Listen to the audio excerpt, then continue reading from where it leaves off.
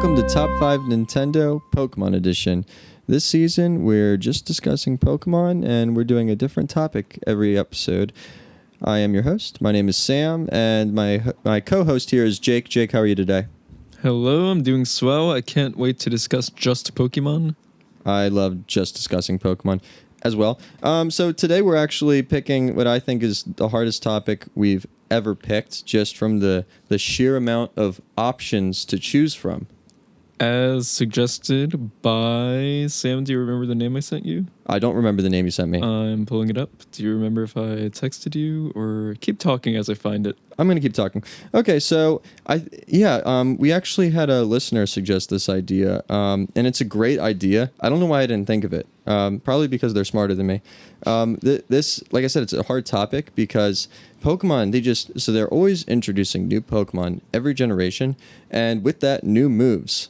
And there's just more moves and more moves. And sure, there's a little bit of imbalance in Pokemon, of course, but I think they're really good with giving you different options of moves to choose from. Some benefit themselves in one way when another move that does a similar thing benefits itself in a different way.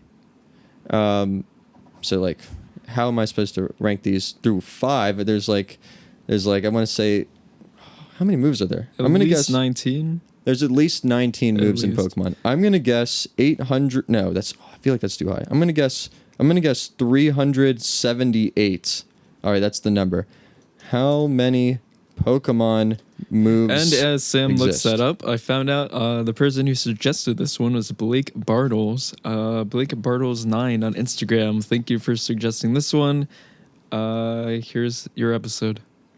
Thank you so much for finding that, Jake. Okay, so I Googled it, 826. Wait, for the record... More than twice what you guessed. More than twice what I guessed. For the record, though, I feel like I did start by saying 800, and then I was like, wait, that's too much. You may have. Just know that even though I probably didn't have to do this, I actually went through 826 moves. And you went through all of them? Of course I went through all of them. Oh, wow. Type by type. I went through all of the moves, type by type, and then looked through the list and was like, oh, that's pretty good, that's pretty good. And then I set them all up. Like, oh, Dragon type has this move, this has that. And then from there went to 5. It gets even more difficult, though, because this is, for the record, this is best moves. This isn't strongest moves. If this was strongest moves, we'd be over now. We'd be over now. I would Google search what are the strongest moves. Episode and I would just finished. Literally. You're welcome. Goodbye. But this is best moves. And what I mean by that is what move can you do that gets you the most out of that turn? Like, you use a move and it just impacts the rest of the game from then on. Like, of course, using a really strong move could potentially knock out a Pokemon, and then that would help you out for the rest of the game. But there's a lot of strong moves, right? And you can just switch into a Pokemon that resists that move. So that's not what it's about. That might work for another time. But this is more so strategy. Okay, so that was one thing that made it hard. What makes things strategy? 2 is there's different ways of playing Pokemon. Sounds so obvious, but it's true, right? So in doubles, there's totally different strategies. Right. Yeah, I didn't even think about that. So like Earthquake by itself functions so differently in singles than doubles. It's a great move in both formats. But if you use Earthquake in doubles, you could potentially hurt your partner, like hurt your ally if they're grounded. If they're flying type, they dodge it, and it's weaker because it's a spread move, so it gets nerfed. It does only 75 instead of 100 base power. So I had to think about that. There's just different strategies. So I may or may not be breaking some rules for this top 5. Oh no! For some of the spots, I did a twofer. I said if this was doubles, this, if this was singles, that. But I didn't do it for all of them. I didn't do it for all of them. But how I see it is, like, I'll be on YouTube and I want to be like listening to content about like single battles, and then I hear people be like, oh, Skarmory is such a horrible Pokemon, and then I do like my Rage Fist, and then I remember, oh, wait a second, they're talking about doubles only, so it's okay. Okay. So I'm going to do like best of both worlds for some of the first picks, and it will give me an excuse to talk about more moves, because there's like actually 826 moves apparently. This could even be wrong. No, that's probably right. And yeah, without further ado, I'm just gonna hop right into it for my number All right. 5 pick. Real quick. Sure. I'm so glad you actually did research because this was a pretty last minute episode. It was. So I was a little worried Sam was about to come in here all big brained and going off memory. Right. But you actually went through all of them. No, I did. That's I'm awesome. crazy. I'm crazy for it. Well, it helps because like I've used a lot of these moves, so I know what I like and don't like. You know what I mean? Right. I literally just already know. Right. So that's what I thought you were going off of. Yeah. So bravo to you. I applaud you. Thank you. And I was like driving here and thinking like, oh, I have to rearrange that. Oh, that doesn't make any sense at all. Okay. Yes, I'm going to start with my number 5 pick right now. So it's a split. In doubles, number 5 pick is going to have to be Trick Room. Okay. For those that don't know, Trick Room, it's a crazy move. I believe it was introduced in like Gen 5. I want to say Gen 5. And it reverses order of speed, right? So slowest Pokemon go first. Now, when you build a team, you build it knowing that your fast Pokemon are going to go first, and so maybe the fast Pokemon can be weak because they won't get hurt, right? And then when your opponent uses Trick Room, it ruins everything, right? And they're able to have really bulky Pokemon that hit really hard with no speed, and they'll sweep you. Why this works better in doubles is you have one Pokemon that uses Trick Room, and you don't have to switch out to a Pokemon that can use the Trick Room, right? You set it up for your partner, and your partner can use it. Yep. Does the effect last a certain amount of turns or the whole match? It does. So it lasts 5 turns, but you can't use it for 5 turns because one of the 5 is you using the move, right? Okay. And it has -6 priority. For those that don't know, that means it will always go last unless your opponent uses Trick Room. Then it's whoever's faster gets it off first. So you really can only use it for 4 turns, and that's why in doubles, who cares? You have 2 Pokemon attacking per turn, right? So that's like, I'm bad with math. What? So you get like 8 attacks out of a Trick Room use? Yeah. Well, no. I mean, if you would have to swap that Pokemon that used it out, right? Right. So but you also have an ally. In doubles, you have an ally that can use it, and so now you have 2 Pokemon that can use the Trick Room, right? Right. Yeah, but I'm saying the Pokemon who uses it, you would have to hypothetically swap that Pokemon out for a slow Pokemon. Yes. So that's like 7 turns. Right. Yeah. Okay. Even less. Yeah. No, that's pretty valid. So that's exactly why I don't use it in singles very much. You use Trick Room, you switch out to Pokemon that can use it. Now you have 3 turns to use it. At that point, like, geez, just use a normal team. I don't know. Right. It's still good, but you only get 3 turns of it. So yeah, I don't know. You've probably have not used this move. It's a little more new school. Yeah, I don't think I have. Ones. Yeah, that's fair. I have a friend who has been using a Trick Room team for a doubles tournament, and it's pretty scary to look at, honestly. Yeah, it seems like a really smart move. Is that like used commonly? Because I feel like you can't really. There's no way to like really prepare for that. Yeah, I mean, you just have to keep it from getting set up. So it's like, oh, Sam, like, this sounds impossible to beat. Like, what can you possibly do? And you use taunt. Taunt means that the opponent has to attack when you use it. So you can try to taunt a Trick Roomer. You can use protect to stall out turns. You can keep switching to Pokemon that can absorb the attacks until Trick Room's over. That's like, that's the move, I'd say, and try not to lose. It's easy to lose to. It is. Yeah. And is this like a dark type? It's a psychic type. Psychic? So Okay. I feel like psychic types get all of the like mind bendy moves. Like Trick we talked Room, about this. Yeah, like ally switch, like switching spots with your opponent, or like psych up, copying your opponent's stat changes. They get like the weird ones. I don't know. It's cool. It's cool that they do that. So could you, as a big brain Pokemon trainer, more or less like assume or guess when your opponent has this? Every time. Okay. Every time. If you see someone's team and they have 2 Pokemon that learn Trick Room and 4 Pokemon that are the slowest Pokemon you've ever seen, right? You know what's happening right off the bat. If they don't have a fast Pokemon and 2 of their guys are learning Trick Room, so you know what's happening. And since Gen 5, you're able to see your opponent's team Right. Before the first turn even starts. So you kind of plan around it right there. Mm-hmm. Okay, that makes sense. Yeah, so that's why it's not like number one. Like if it was an automatic, like let's say you had an ability that automatically used Trick Room, and you could just keep swapping it in, keeping it up the whole game. Mm-hmm. Oh my, it would ruin the game. Yeah. It'd just be slow Pokemon the game. Right. So there's ways to beat it. There's ways to beat it. You can prepare for it. Okay. It's a headache. I hate playing against it because it's like, it's like playing a different game. It's like playing the speed game. Mm-hmm. So yeah, it's pretty cool. I mean, we could do a whole episode talking about Trick Room because it's like the viability of Pokemon completely changes when that's the discussion. Mm-hmm. It's like, Marowak is always too slow and dies to one hit, but now it's fast. Cool. So I'm a singles player, so this would be like my true number 5 pick, and it's gonna be Stealth Rock.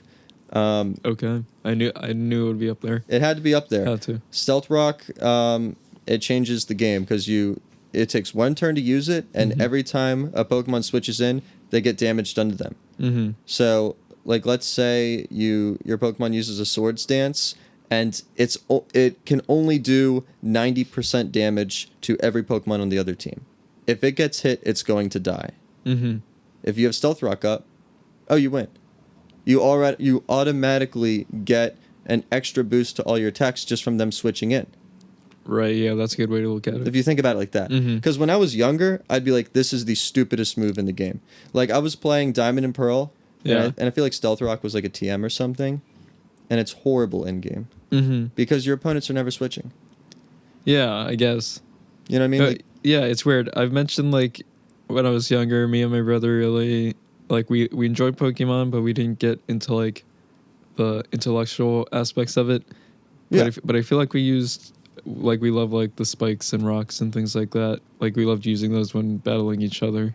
Oh yeah, because it almost feels like cheating. Like I don't know. It's a free hit every turn. We would you could pile them up, right? You could throw like 3 in a row. Spikes you can stack up to 3. Okay. So this could have gone either way. It could have been Stealth Rock. Or it could have been Spikes. Yeah. They do. So why is Stealth Rock beating out Spikes unless it doesn't?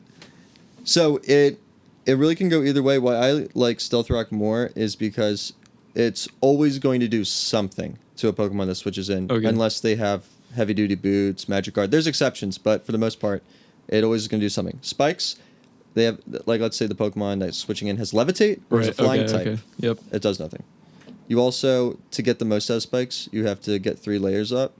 And so if your opponent has a move that can get rid of hazards, like, chances are they've used it by the time you've used it 3 times. It can go either way, but it's great in that sense. Like, you get it up as early as you can, and it just, like, you have to be careful with every switch you make. Mm-hmm. So it's cool. I mean, it's only number 5 because there's just ways around it at this point. Like I said, there's an item that makes it so you don't take damage. You have an ability that means you don't take damage from it, like Magic Guard. Mm-hmm. Yeah, you get around it, but it's cool. It's necessary. Every team should have it in singles, I would say. Right. So yeah, that's cool. Number 5, like I feel like you're going to notice that these best moves are they're like long game moves, right? Mm-hmm. They're not the strongest attack. Right. I would love to put Draco Meteor, Overheat, 4-3, but those, they don't give you something out of the whole game, right, when you use them. Mm-hmm. So number 4, this will be the last time I cheat, but for doubles it's Tailwind, which is the opposite of Trick Room. Okay, so you give your own side 2 stages boost of speed. Oh, okay. Yep. And what blew my mind, because I only really got into doubles this generation, is they changed the mechanic of speed. It's called dynamic speed now. So speed changes, this is going to be a little bit complicated, but speed changes can affect turn order in the middle of a turn. With that said, let me give you an example. Let's say you have a fast Pokemon on your side that uses Tailwind. Mm-hmm. Your partner that's normally slow, that would be going last, benefits from that Tailwind speed boost in the middle of that turn, now goes next. Okay. So you have, like, in your head, you have to be like, okay, in one circumstance, their team could be going last, in another circumstance, Right. both of their team can be going first. Yeah, that's a lot to think about. Yeah. And is this also 5 turns? It's 4. Okay. Yeah. Yeah, it's 4. It is. And you could use, like, but the difference is you can use that Right, 4 you can use turn. it on that turn. Yeah. Okay, that makes sense. Yeah, because of the dynamic speed thing, which is cool. It doesn't really, like, you don't really build, like, tailwind teams. I see. I mean, I guess you could, but when you look at a team in team preview, yeah, they might have tailwinds, but you're not going to see, like, sort of fast but not super fast Pokemon and then get all scared about it. I don't know. Yeah, that makes sense. Yeah. But it's a good move. I haven't played much doubles, so I don't have, like, a whole lot of examples of, like, who does it the best. Whimsicott, if people are interested. It gets Prankster, so that will give it priority. It's pretty cool. And then for singles, my number 4 pick is Teleport. They changed it a lot. Basically, your Teleport always goes last in this gen, and you take the hit and you can swap out to whatever you want. It's cheating. It's basically cheating. You always see what the opponent does before you make your move. Wait, could you explain this? Absolutely, I can. So it has bottom priority, just like Trick Room does. You use Teleport and you switch. So let's say your opponent does an attack and you have a Blissey. Your Blissey is a wall. It can take a hit all day. Okay. And then you teleport to the counter. Whereas the alternative would be you switch to your counter takes a huge hit from that Fire Blast. I'm so confused. Okay. Oh, I'm sorry. Let me give you an even easier example. You don't want to predict. You don't want to predict. You're not taking the initial hit? Yeah, your counter won't take the hit. The opponent, your Pokemon that is in already takes the hit, and then you switch out. Or here's an even easier example. Let's say you don't know who your opponent is going to switch into, right? Okay. You use Teleport. That means you're always going to go last. So. Oh, okay. Yep. That's where it makes sense. There you go. So your opponent switches, and then you use Teleport. Now who do you bring in? Okay. It's momentum. So you basically are like, I'm going to see what you do, and then I do it. Right. Yeah. Okay. That makes more sense to me. There you go. So with that said, let's say you have a wall that knows Teleport. It's going to take any hit. You take the hit, seeing what move is done, and then you switch in. Not a flashy move, right? It's not like Eruption, 150 base power, Right. full, HP, just a huge nuke. But it just lets you, like, it's a safe move. It's catch-all. It works every time. Now, why that isn't super helpful in doubles is because doubles is a lot more fast-paced. I mean, there's twice as many things that can happen. It's not necessarily going to be they swap out or they attack you, like they might be doing some kind of, like, inner strategy. Right. Whatever. So, yeah. It's a cool move. I like to use it. It doesn't get a whole lot of distribution, but Pokemon like Slowbro gets it. It gets Regenerator, gets health back when it switches out. It just works if you want to play it slow. Very nice. Okay, so we could take a quick little break before we hop into 3. All right.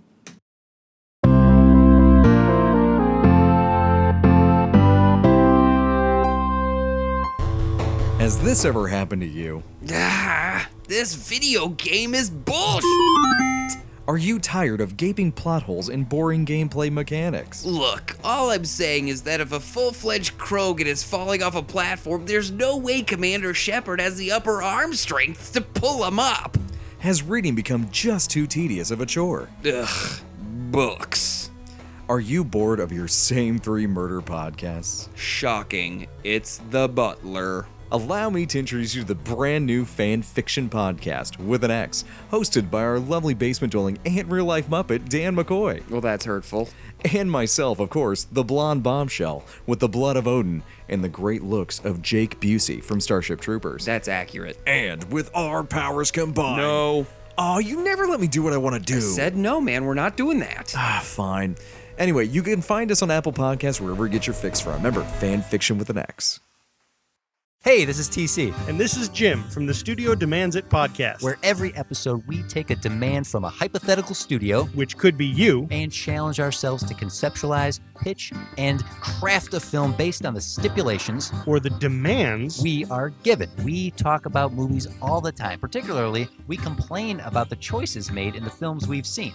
We're nerds like that. And, of course, like any good nerd does, we automatically assume that we could do better. Even with the demands and restrictions that clearly must have been put on by a production. So head on over to studiodemandsit.com and listen to our previous library of episodes.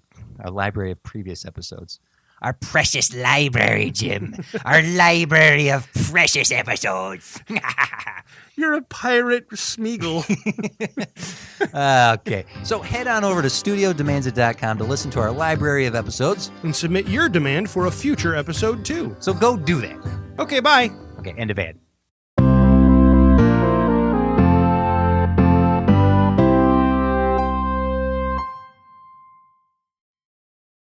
And we're back. So Jake, enough about me. Tell me about you.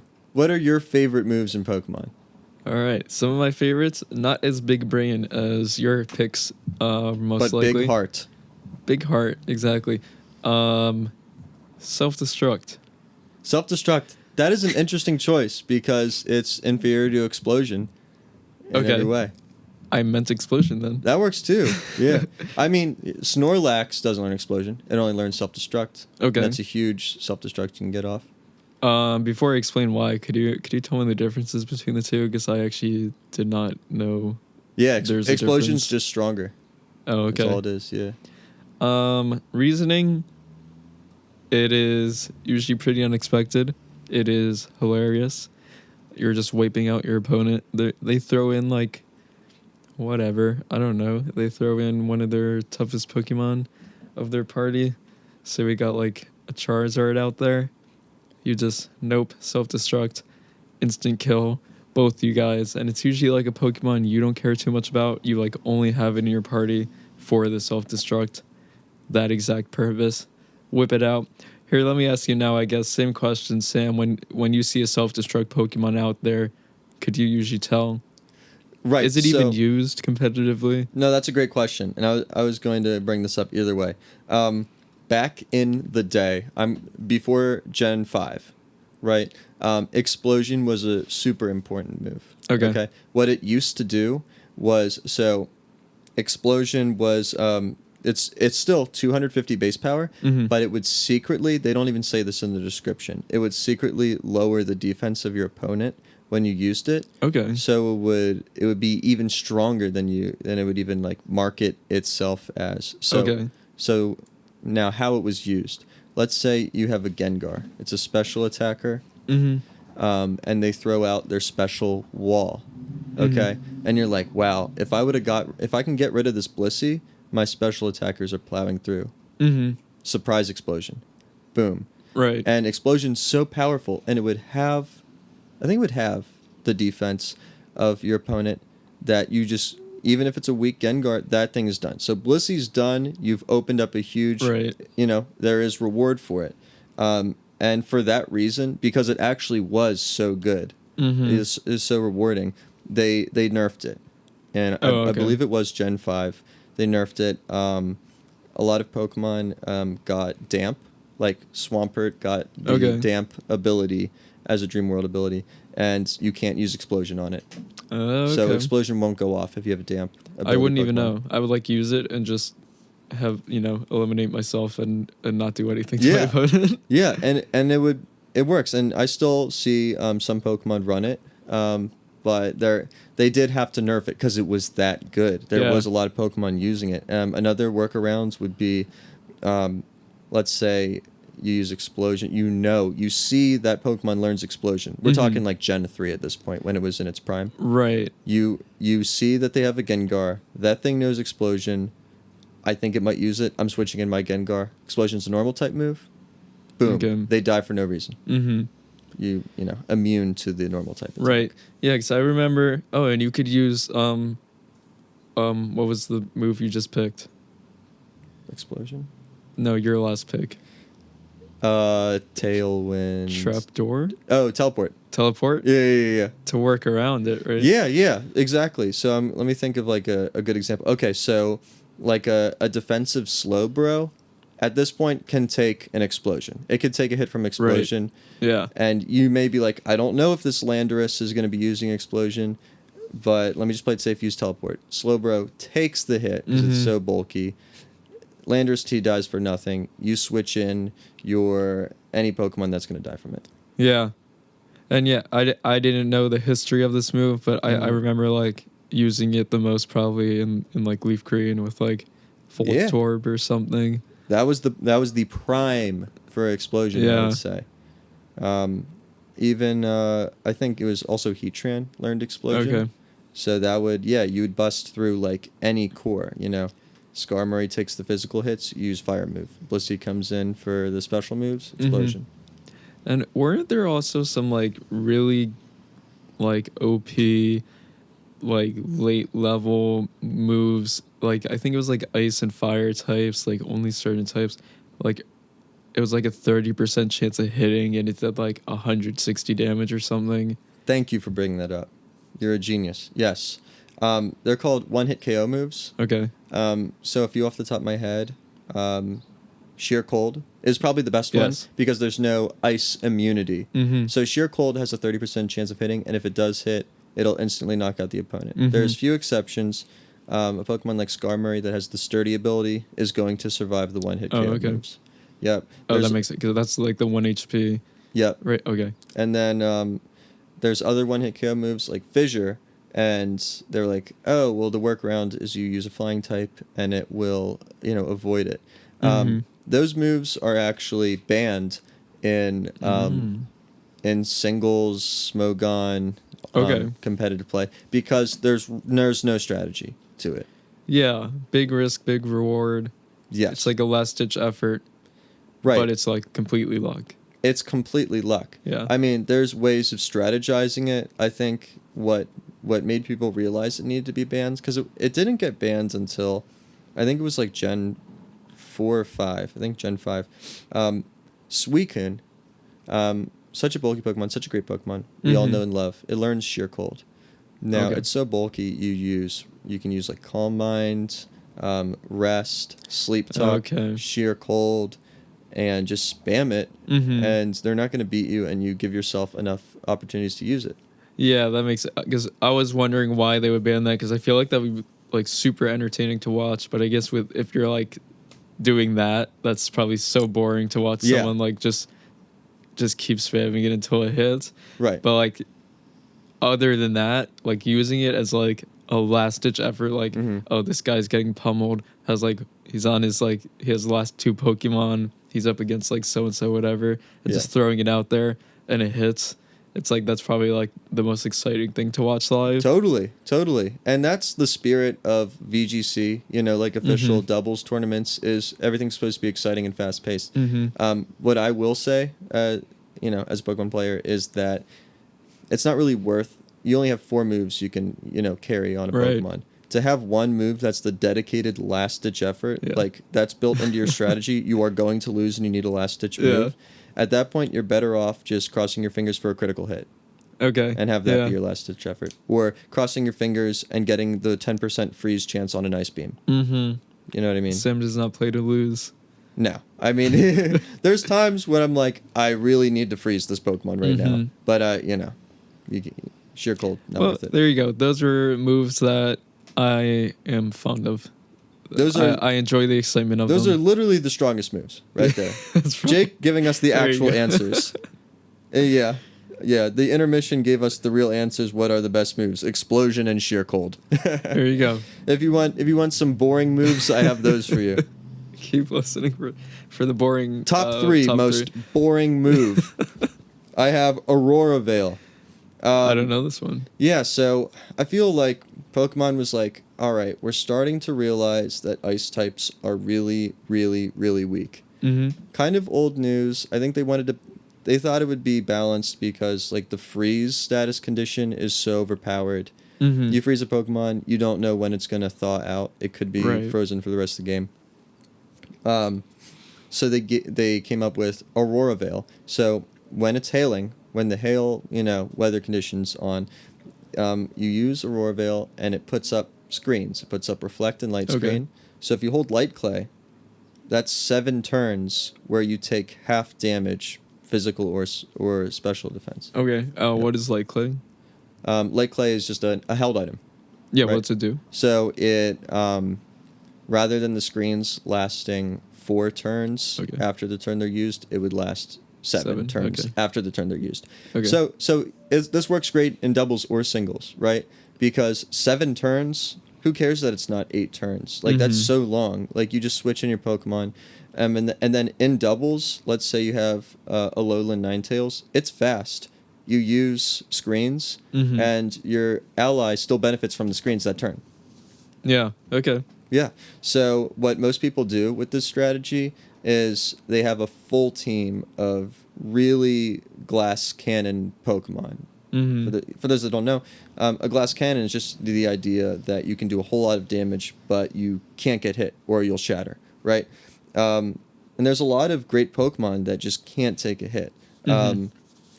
Blaziken isn't super fragile, but Blaziken really doesn't like taking a hit.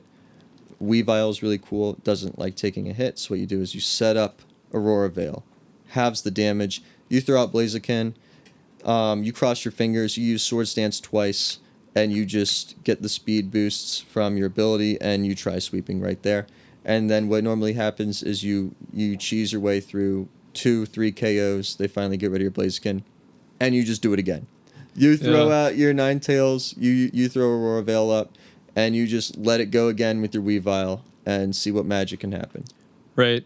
Okay, that seems a little too easy to me. There's got to be some workaround. There's Spill some the workaround. beans. So, just like Trick Room, if I see a team where one of the Pokemon learns Aurora Veil, the move's so good. If you learn Aurora Veil, you have it, right? If you see a Alolan Ninetales, it would actually be more surprising if you didn't use Aurora Veil turn 1. With that experiential knowledge, Alolan Ninetales is up. You know what moves it's using. How are you going to beat that? Oh, you know they're going to probably lead off with Alolan Ninetales because they need those screens up ASAP because their whole team is so weak. Lead with a Pokemon that can outspeed Alolan Ninetales. Use Taunt so it can't use the support move. There's things like that. You can stall, just like Trick Room, you can stall out the screens. They're finite. You use Substitute, you use Protect. You keep switching out on attacks that can resist it. Yeah. There's other, like, maybe more niche strategies. Brick Break is kind of a weaker physical or fighting move, but it breaks screens right there. It shatters them. Critical hits, usually a luck-based tactic, but that will also go through screens. Oh, okay. And you may be thinking, okay, those seem like very specific, either luck or intellectual moves. Yep. How does the common man beat this? That's exactly it. Not an easy way. Yeah. Not an easy way. Yeah, I never really considered like a real reason to have to use taunt, and you've already given me like 3 in this episode. Yeah. So in game, you'll see taunt used. Maybe like your opponent will use it, but there's not a lot of reward using it in game because you aren't facing opponents that have like very intellectual strategies. I would say they're not using a Pokemon that's using Calm Mind and then rest to get its health back, and then Sleep Talk with a Scald trying to burn you, stall you out. I mean, if you use Taunt on that moveset, all they have to use is Scald. They have one attack to use, and it's just a water move. So I could see Taunt in that way working really well in doubles, but in singles, you just go back and forth pretty much, right? Until somebody runs out of PP for the move. There's a lot more switching out. Yeah. So exactly, like if you get taunted, you switch out, and your new Pokemon that's on the field isn't taunted. Right, and then you're just eliminate the opponent the Pokemon that has the taunt, and then just bring your whatever back out. Yeah, to do exactly. That move. So in singles, pretty much what I'm getting here is it's mostly luck based if you're up against it. This is like this deserves to be top 3. Yeah, This is yeah. a very, very like strategic, way to be playing. Everyone should be doing this. That's so.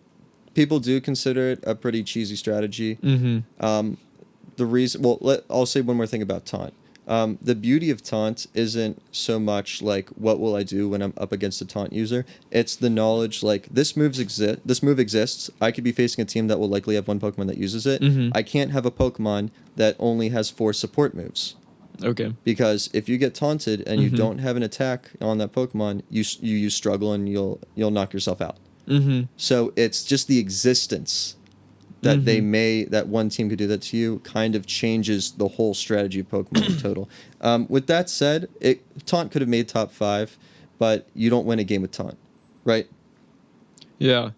And then I forget the name of the item you mentioned that makes the screens last Light 7 play. Okay, so is that only if the Pokemon's still in play? Could you like use that and then swap the Pokemon out and it's still 7 turns? Yeah. Okay. Yeah, it sets it up for your whole field. And before someone corrects me, it is technically 8 turns. So in doubles, you can use the 8 turns because your ally benefits from the turn you use it. Let's say you go first. Now, you're still thinking, Sam, this is actually the best move. Sounds like it. It actually is. I'm trying to find holes in it. Another thing that I'm skipping over is that you can only use this when the weather is hail. I brought this up in the beginning, and it seemed oh, that's pretty easy. Just have it be hail. Yeah. Now, your best user is going to be Alolan Ninetales. A lot of these ice types are pretty weak. Alolan Ninetales has good stats, good moves. Okay. And it's fast. Isn't that a good thing? Set it up for your ally. Here's the catch. You don't want to be a fast weather starter because the slowest weather starter determines the weather. So, Pelipper, Politoed, Torkoal, Hippowdon, Tyranitar, all common Pokemon. If it's them and Ninetales starting the game, there's no hail, and you can't set up screens. Okay. And then on top of that, if there is hail, you set them up, and then one of those Pokemon you just listed come out. Does that get rid of the screens? If it changes the weather out of hail? Screens stay up. Oh, okay. Yeah. So that's a valid question because with these conditions, some people really they aren't sure, how the screens work, but they stay up, which is big. It's not really considered broken yet in Pokemon's eyes. I guess there are some ways around it. Another notable user in VGC, because Dynamax is allowed, that's Lapras has a signature Gigantamax move that attacks and gets screens up. Okay, there you go. So what I'm understanding from this, pretty overpowered move. Yeah. It's an awesome strategy, but essentially you're throwing away one Pokemon just to set this up in the beginning, and if there's another Pokemon that's slower and has a weather effect, you just wasted a Pokemon. That's exactly right. So there's a trade-off. Yes. The screen user, that is its job. I mean, you could still do things with Ninetales. It's going to have Blizzard that always hits when it's in the hail. Okay. Moonblast is a great move. But it's there to set up the screens. So let's say Ninetales is your last Pokemon. Mm-hmm. What, are you setting up screens for yourself? Yep. And do what? You're weak. You're an ice type. Mm-hmm. So yeah, no, that's a great point. Another thing why I don't really like using this strategy and why it is 3 for me. Mm-hmm. I find that there's a lot of like high risk, high reward at the end of the day when team building around this. The idea is you're banking on a matchup where one of your Pokemon is going to sweep the other Pokemon's team entirely, right? You're not going to be doing a lot of like, oh, I switched to my counter. You used Fire Blast on my Weavile. Mm-hmm. Now I'm switching into this because you're wasting your own screen time. Yep. And you're not giving yourself enough time to set up. So it's too risky for me. I like to play it nice and slow, like wait for my time to set up instead of setting up turn 2, turn 3 after setting up the screens. So yeah, but it is cool. I hope they don't mess with it. I think ice types are really cool. I like their designs. I think it's cool that they have this thing going for them. But there's ways to poke through it. It's not a catch-all. Okay. Yeah. Number 2. Let's hear it. Number 2. This finally we have a real move. This Real move attacks. yes. It's an attack move. It's called knockoff. Nice. I know this one. Jake knows this Classic. move. Yes. Everyone has knockoff. Everyone knows knockoff. Yeah. No, everyone has knockoff, right? A lot of Pokemon learn knockoff. A lot. Not all of them know knockoff. There are moves, in your defense, there are moves that like all Pokemon know. Mm-hmm. Protect, Toxic. Those moves could have made it into this list, honestly. Okay. Those are great moves. But we're not here to talk about that. Knockoff used to be worse. It used to have a really low base power. It was something like 20 or 25. Oh, that's trash. Like really bad. But the Yeah. idea was, you knock off their held item. That was the whole point of it, yeah. Yeah, like there's some Pokemon, their whole strategy is like using that item to the best of their ability. And then you get rid of their item and now like, what are they going to do? And then I don't know why Pokemon just buffed it and buffed it. So now it's 65 base power, but it's almost 100 base power if they're holding their item. Oh. So nearly 100. This is like the strength of an earthquake, almost. Yeah. 100 and you're knocking off the item. Yeah, it's technically, what is it? It's like 97 and a quarter. It's like 97 and a half, I think. Okay. Something like that. So almost an earthquake, and you're knocking off their item? Mm-hmm. Who came up with this? And so many Pokemon learned this. Exactly. So it's you'll have some Pokemon Toxapex, Clefable that aren't there to do damage. They're just using it as support. It's perfect. It's a great move. Like you're taking your chance, right? You switch in on a Clefable. You think it's just going to try to be a wall, and it knocks off your item. Yeah, Yep. you're hitting it weaker. So there's a gamble in that sense, or it's just a great dark type attack move. Dark is a pretty good coverage move, or just a move to add to your set, because the only types that are resisting it are like, I think as of Gen 8, just fighting in Dark itself. I'm pretty sure off the top of my head. So you knock off their, like, let's say you have a Pokemon that's a wall that switches in, doesn't want to get swept. You knock off its leftovers. In doubles, you knock off its citrus berry. Little Cup, you knock off its berry juice. Like, you always get something out of that turn. Whether it's damage, losing their item. It's cool. Jake, you know this move. How do you feel about it? Yeah, I'm glad it's on there. I wasn't even thinking about it, although I wasn't really thinking about a lot of moves. Sure. But as soon as you said it, I'm like, oh yeah, that deserves to be up there. I've used that so many times. It's essentially like, isn't tackle also 65? Like you're doing a tackle plus you're knocking off an item. They buffed tackle recently. Oh, okay. I think it's like, it might be like 60. It's a little bit weaker. Okay. Oh yeah, there you go. It's even better than tackle. Yeah. Like it's just a move a lot of Pokemon can learn. And even if you're not knocking off an item, it's kind of worth having on there. Anyway, is like you said, Dark is decent coverage. Why wouldn't you have it on there if you can? Exactly. I've had teams, 3 Pokemon of the team, no knockoff. That is maybe overdoing it, but it just goes to show how useful it is. And now you might be saying, Sam, this is clearly the best move in the entire game. What could be better than why? it? What could be better than it? Why is it only number 2? Tell me something. Right? While there's no immunity to Dark, there are some Pokemon that actually benefit from getting hit by Dark moves. Ooh. It's a bit of a niche counter, but Okay. it exists. Terrakion is a good example. Any Pokemon that I believe it's the Justified ability, they will get an attack boost from getting hit with knockoff. So let's say you have Life Orb Terrakion. Let's say you have a Choice Band Terrakion. It gets hit with knockoff, loses its item, but it gets a boost in attack, and it barely, it's a fighting type, so it resists the Dark move anyway. So it's getting a boost. Now, of course, that's a niche situation. That's not a big deal. What else? What else could be so wrong? Let's say you have a Pokemon that depends on having a strong knockoff, right? Mm-hmm. You use knockoff on a Pokemon. It has the nearly 100 base power. It lives. It recovers the health. It switches out. Now you're stuck with 65. It's kind of weak. At 65, if you're trying to do actual damage, it's going to end up being actually kind of weak. You know? Okay.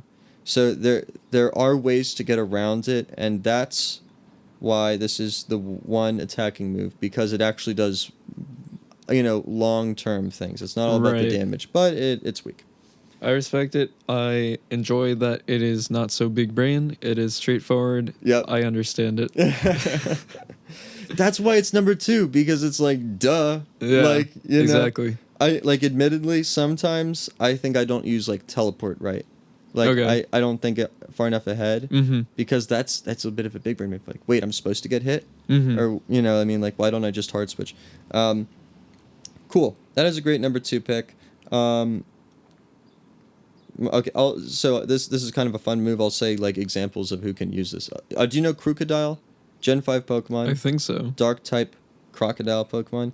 It's a great knockoff. Unless there's like more than one crocodile Pokemon, I know this one. Okay, I think it probably is that one then. Okay. That's a very cool Pokemon because it has other supports that it can do. It switches in. It has Intimidate ability. So they get hit with a -1 attack, and then you use knockoff, get rid of their item.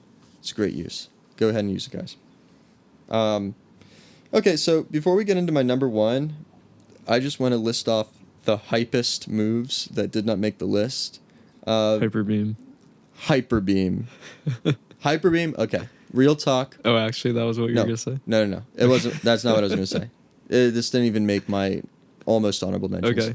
It looks cool in Arceus. Yeah. In Gen 1, Hyper Beam is the best move. Yeah. That's number 1 in Gen 1. This best moves list is for the current generation, which is Gen 8 as we're recording it. But in Gen 1, Hyper Beam is the best move. What makes it not the best move right now is you have to charge after using it, right? Right. So at 150 base power and a 10% chance to miss, you might as well just use 2 Body Slams in a row. That's literally stronger in 2 turns. Okay. Body Slam's 80 base power. Yeah. That's why they're about 160. That's more than 150, right? So the whole charging thing, and you're a sitting duck, so your opponent can set up against you, switch into another Pokemon that could deal with you better. Now in Gen 1, I don't know if they meant to do this or it was a bug. I'm guessing it was probably a bug. If you used Hyper Beam on your opponent and it knocked them out, no recharge. Okay. Hyper Beam's so strong, it's basically going 2 turns in a row. Right. Yeah, you're probably going to kill something with it, right? And then you don't have to recharge. And then what? They send in a new Pokemon, then they get hit by Hyper Beam? Yeah. So Tauros was on every team in Gen 1. Yeah. Because normal was always physical, and Tauros just used Hyper Beam on everything. That was cool. Let's talk about some other hype moves. Draco Meteor is so hype. That's a good one. Everyone knows Draco Meteor is so hype. That was like a legendary move, I would want to say. You would find the dragon move tutor in the games, and if you brought out a dragon type, it would teach you Draco. It would teach Pokemon Draco Meteor. I think it has been nerfed over time. Right now it's like 130 base power and a small chance to miss. But Dragon is such a great attacking type. That's a very cool move. What about V-Create? Jake, do you know V-Create? I don't know the one. I'll admit it, guys. V-Create was number 2 on this list just because I love how cool it is. But I was like, this does not make sense to be even on the list, actually. We need to, when we're going to do like a best moves top 5, it'll be there. But this is what V-Create does. Isn't this best moves? Sorry, strongest moves. Okay. Yeah. This is best moves. V-Create is definitely top 5 strongest moves. It is. 180 base power. That's ridiculous. That's ridiculous. a lot. That's a lot of base power. That's 20 less than self-destruct. You said self-destruct's your favorite move. This thing's basically self-destruct. You don't even hurt yourself. Wow. Victini and Rayquaza. Only Pokemon that learn it. It's 180 base power fire move. Very cool name in V-Create. I think it's like Victory Create, which is even cooler. Oh, okay. That's what V stands for. and you lower both defenses and your speed after using it. Mm. And you might be thinking, Sam, that sounds horrible. They send in their flash fire Pokemon, absorb the fire move. They throw out their water type. It doesn't do as much damage. You have lower defenses, lower speed. Don't you just lose? Mm-hmm. Jake, were you even listening to me this whole episode when I said that Trick Room was top 5? Oh no. Victini learns Trick Room. Yep. And if you are lowering your speed when you use V-Create, in Trick Room, you're increasing your speed. Yeah, that's messed up. It's messed up. So I've faced a couple. You have your Trick Room up, you're using V-Create, you're just getting faster under Trick Room. You're throwing off V-Creates before everyone else. And it's very nice. It's a very strong move. Rayquaza, it's kind of funny that Rayquaza learns this. It seems like a signature move. Yeah. I believe how the story goes is that there was like a poll or a contest or something where Pokemon was asking, this is real, I'm not like making this up as a joke, where they were saying, hey guys, like vote who's your favorite Pokemon. We want to know who your favorite Pokemon is. And people voted Rayquaza. This is Gen 5 or Gen 6, I want to say. Okay. And Rayquaza got the number 1 pick. Makes sense. Rayquaza is really cool. I mean, when it came out, like, we didn't really have like that kind of scale, right? All Pokemon were kind of small. Rayquaza seemed huge. And they're like, okay, Rayquaza's your favorite. We're giving it V-Create. Boom. That's insane. Boom. Dragon and Fire is great coverage. So yeah, those are some honorable mentions. Very cool moves. What if it would have, like, that kind of makes sense. Like, it would have been funny if it was like, I don't know. Bidoof. Just another, yeah, exactly. Like that, like, I'm trying to think of something realistic. Like, that's realistic. Like, Bidoof easily could have won that poll. Right. Especially in, like, today's Pokemon. I know. And what would they do? Would they also give it V-Create? I think they would. That would actually be... that would be so funny. That would be a huge meme. Because... So... One of the abilities, it's a regular ability too, it's not even like a hidden ability, is simple. And what that does is stat changes double, right? Okay. So if you use Curse on your Bidoof, you get +2 attack, +2 defense, -2 speed. So V-Create is like the absolute worst move you could use for a simple Pokemon, because you would get double the stat lowering. Are you following? Yeah, no, I got you. That would be maximum meme. Are all Bidoofs simple? No, there's a bunch of different ones. Okay. Yeah. So it wouldn't always be the case, but that's a very funny thought that just popped in my head. I love that. Yeah. Okay, let's talk about the number 1 best move of all time. And this is Spore. Okay. Have you heard of such a move? Does this take health from your opponent? No, but good guess. Maybe I'm thinking of like Leech Seed. Yeah, Leech Seed. It's a grass move. Okay. Yeah. Does it put you to sleep? You nailed it, second try. Yeah. Oh my gosh, hats off to Jake. He knows. He knows. Only took him 2 guesses. Spore is 100% accuracy. Puts your opponent to sleep.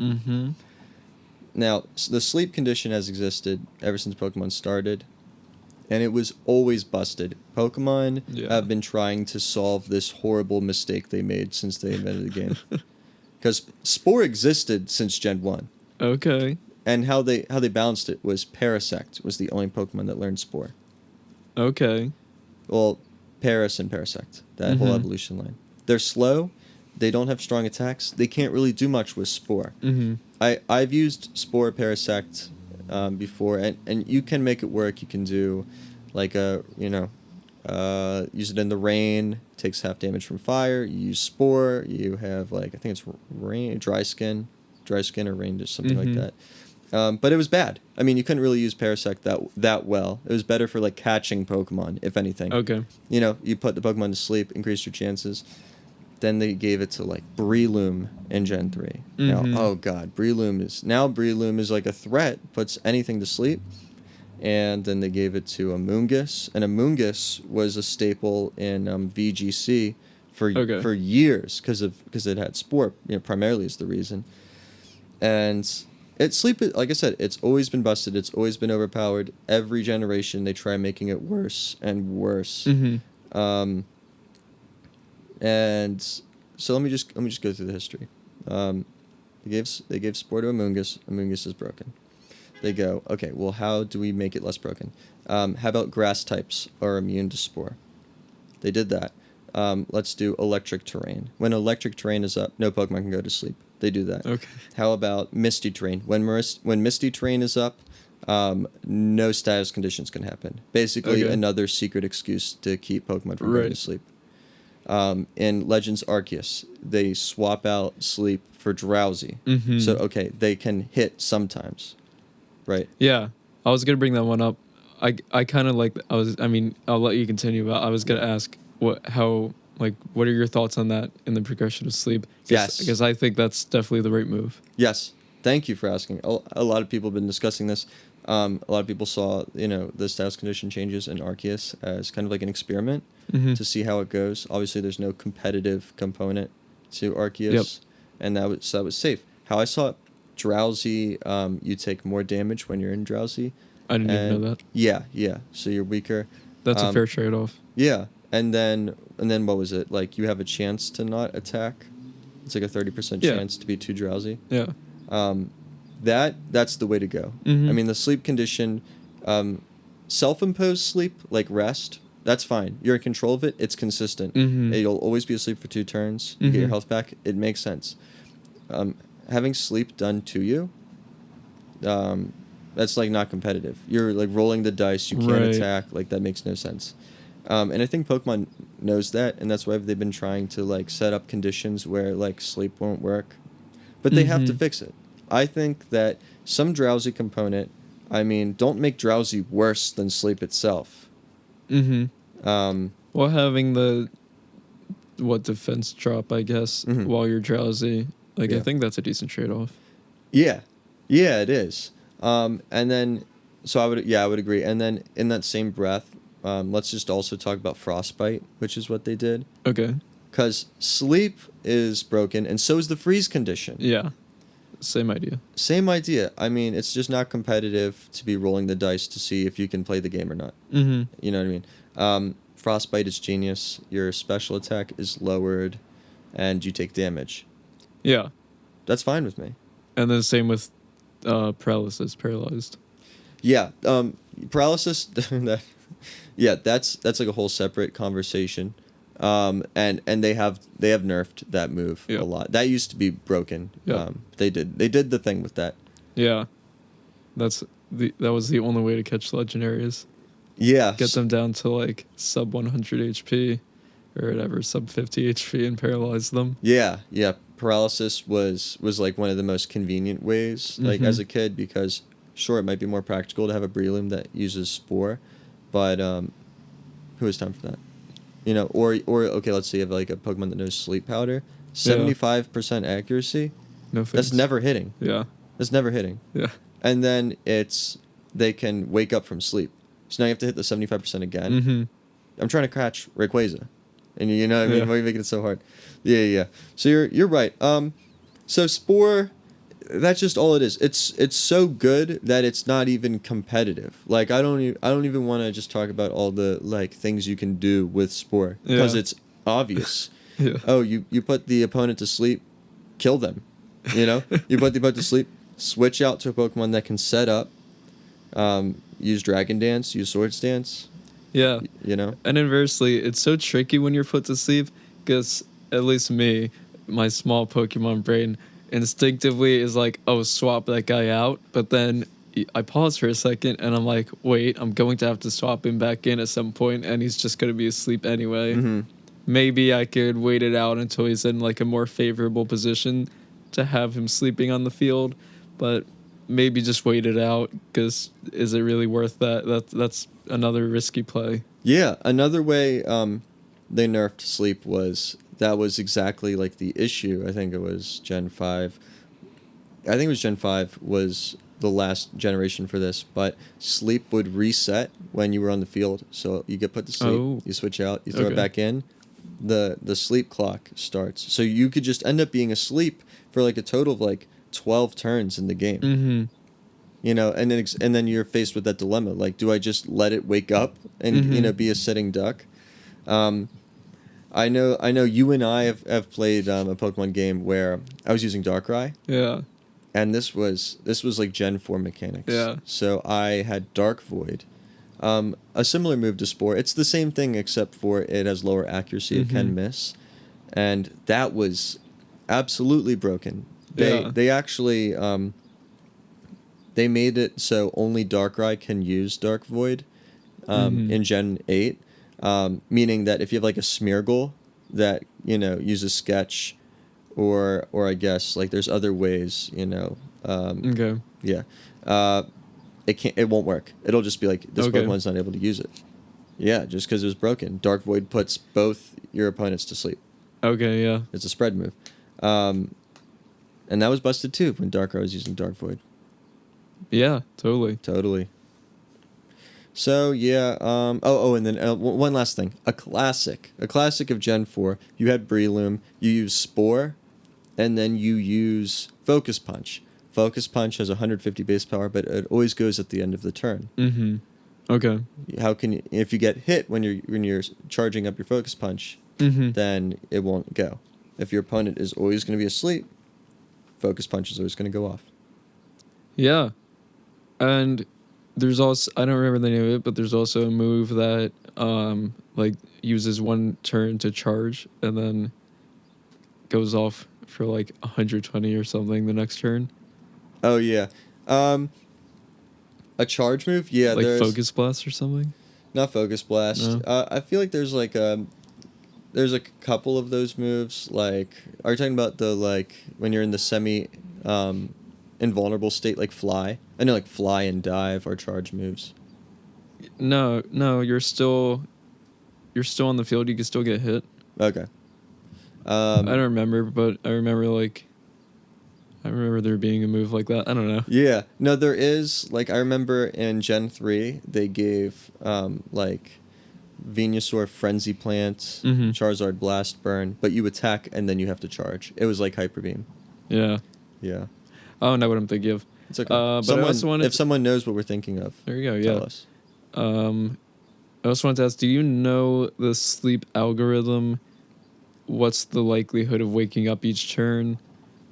Yeah, that's a great question, and it's hard to keep track of because it like literally just like changes. Okay. Like sleep mechanics change Yeah. like every gen because they're always trying to fix it. Mm-hmm. I know that in Gen 8 at least, you can never wake up like that turn. Like if you're put to sleep, they fall asleep and then you have to be asleep at least for like one moment. So like let's say Spore goes off first, you can't be asleep and then wake up and then hit. Like you'll lose that turn. And then I want to say maybe you, this is just a guess. I'm not looking this up. I'm going to say you have to wake up within 3 turns and it's a 30% chance each time. That is my blind guess. That's how it feels in my heart when I play Pokemon. Yeah. But it's busted. You don't run into a lot of like Spore cheese, in like community Pokemon because sleep is banned. The rule is you can only use it on one Pokemon. Okay. So it's like pseudo banned? Yeah, in VGC, you could just keep using Spore, but it's kind of different because I don't know, like it's just faster paced. I think they have to fix it. Like we said, they got to do Drowsy, but I don't think it's actually banned in VGC, just in like community Smogon singles.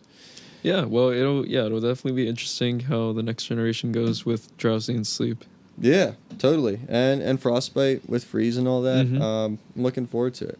Okay, well, that's a great top 5. I'm gonna run it back. I'm gonna say just the singles version. I'm gonna do my final answer because I cheated for 5 and 4. This is the real top 5. It's gonna be Stealth Rock at number 5, Teleport at number 4, Aurora Veil at 3, Knockoff at 2, Spore at number 1. A beautiful list. Thank you. All right. Well, thank you guys for listening. If you have been enjoying the season thus far, this episode was suggested on Instagram. Feel free to drop a DM or tweet at us if you want to hear any specific episodes. We are, I guess by the time you hear this, we'd probably be like halfway through recording the season or something. So we have a good amount of episodes left if you suggest something to us. Also, we would super appreciate if you gave us a rating on iTunes or Spotify. You could just go to the Top 5 Nintendo page, and on the top of the page, there's going to be like a rating or a review or something of the sorts. It would be really great to get some feedback from you guys. Sam, if people want to find you on Instagram, where should they go? My handle is Sam __ my last name spelled ANSA.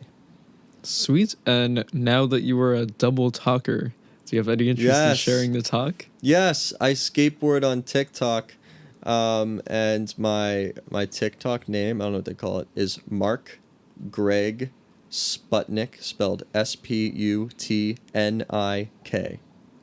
That is awesome. Sam is a crazy good skater. Thank you so Definitely much, give him a Jake. follow if you have any interest in skating. I also recently started with the talk. Not as good skating, but still some skating videos, some music remix videos. Maybe I'll do some like production tutorials. I don't know. So if you're interested in like audio production and some more beginner skating, it's just Jake and Bake. Wait, no, that can't be it. There's got to be a number on there. Has to be a number. Jake and Bake 9. Genius. Jake and not and. The letter I said N. I said N. Jake N. The letter N. Bake 9. Anyways, and then Jake Naroden on Instagram. If you want to follow us, the podcast on the socials, it is Top 5 Nintendo, the number 5 on Instagram, Facebook, Twitter. Yeah, and that's it. And if you want to shoot us an email, top5nintendopod@gmail.com, the number 5. Feel, again, like we would love to hear feedback. We might read some feedback at the end of the season if we get enough of that. Might have like a feedback mini episode. Anyways, all of the above. Thank you guys. We appreciate you guys so much. Can't wait to do the next 6 or 7 or 8 episodes of the season. Mm-hmm. It's been really fun so far. Thanks, Sam. I've learned a lot today.